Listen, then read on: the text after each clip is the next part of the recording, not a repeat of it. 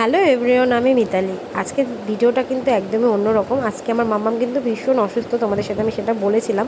আর দেখো এতটাই অসুস্থ হয়ে পড়েছে, আমাকে সোজা ওকে মনমনিতে নিয়ে আসতে হয়েছে। আমি মনমনিতে জি আগরওয়ালকে দেখাই, ভীষণ ভালো ডক্টর। আর দেখো মাম্মাম কিন্তু ভীষণ কষ্ট পাচ্ছে, মানে আমার বুকটা জাস্ট হেঁটে যাচ্ছে যে এতটাই কষ্ট পাচ্ছে। তোমরা জানো সন্তানের কিছু হলে মায়ের অবস্থাটা ঠিক কীরকম হয়। দুজনেই সারা রাতটা জেগে ওর একটা প্রবলেম হয়েছে, যেটা হচ্ছে প্রত্যেকে বাচ্চার এখন হচ্ছে, সবাই খুব সাবধানে রেখো বাচ্চাদেরকে। হ্যান্ড ফুট মাউথ ডিসিজ বলছে। এটা আগেরবারও মামামের হয়েছিল, 5-7 দিন ছিল, এত কষ্ট পেয়েছিল আমি এটা কি বলবো। জ্বর জ্বালা পায়ের হাতে বেশি হয়েছে, একদম ছোটো ছোটো ভরে গিয়েছে।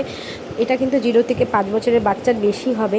তো সবাই সাবধানে রেখো বাচ্চাদেরকে। এটা ছোঁয়াচে কিন্তু 0 থেকে 5 বছর বাচ্চাদেরই হবে।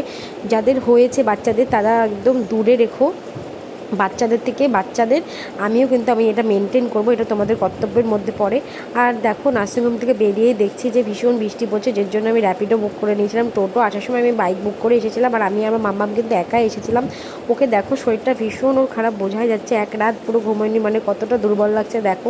তোমরা প্লিজ ওর জন্য পে করো যেন তাড়াতাড়ি সুস্থ হয়ে যায়। আমার ভাগ্যটা যেন তো খুবই খারাপ, ও শুধু ভুগতেই থাকে ভুগতেই থাকে। বছরের যোগে কতবার ডাক্তারখানা নিয়ে আসতে হয় সে শুধু আমিই জানি। তোমরা প্লিজ ওর জন্য পে করো। আমার কিচ্ছু আজকে ভালো লাগছে না। টাটা।